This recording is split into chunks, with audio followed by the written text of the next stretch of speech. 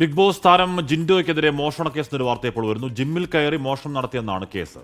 വിഷ്ണു സുരേഷാണ് വിശദാംശങ്ങളുമായി കൊച്ചിയിൽ നിന്ന് ചേരുന്നത്. Vishnu, good morning. ഇത് ഇയാളുടെ ഉടമസ്ഥതയിലുള്ള കെട്ടിടം തന്നെയാണെന്നാണ് മനസ്സിലാക്കുന്നത്. അപ്പോൾ ഈ ഒരു മോഷണം എന്താണ്?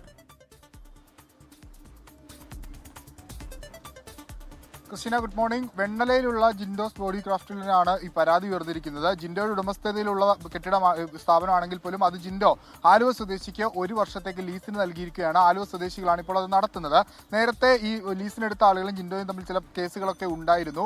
ഒരു ലൈംഗിക അതിക്രമ പരാതിയൊക്കെ ഈ പരാതിക്കാരി നേരത്തെ ജിൻഡോക്കെതിരെ നൽകുകയും ചെയ്തിട്ടുണ്ടായിരുന്നു. ഇതിപ്പോൾ ഇന്നലെ പുലർച്ചെ 1 മണിയോടുകൂടിയാണ് ജിൻഡോ ഇവരുടെ ജിമ്മിലേക്ക് കയറി അവിടെ നിന്ന് CCTVയും അതോടൊപ്പം തന്നെ 10,000 രൂപയും ചില രേഖകളും മോഷ്ടിച്ചുകൊണ്ട് പോയി എന്ന് ചൂണ്ടിക്കാട്ടിയാണ് നിലവിൽ ജിമ്മ് നടത്തുന്ന ആളുകൾ പാലാരിവട്ടം പോലീസിൽ പരാതി നൽകിയത്.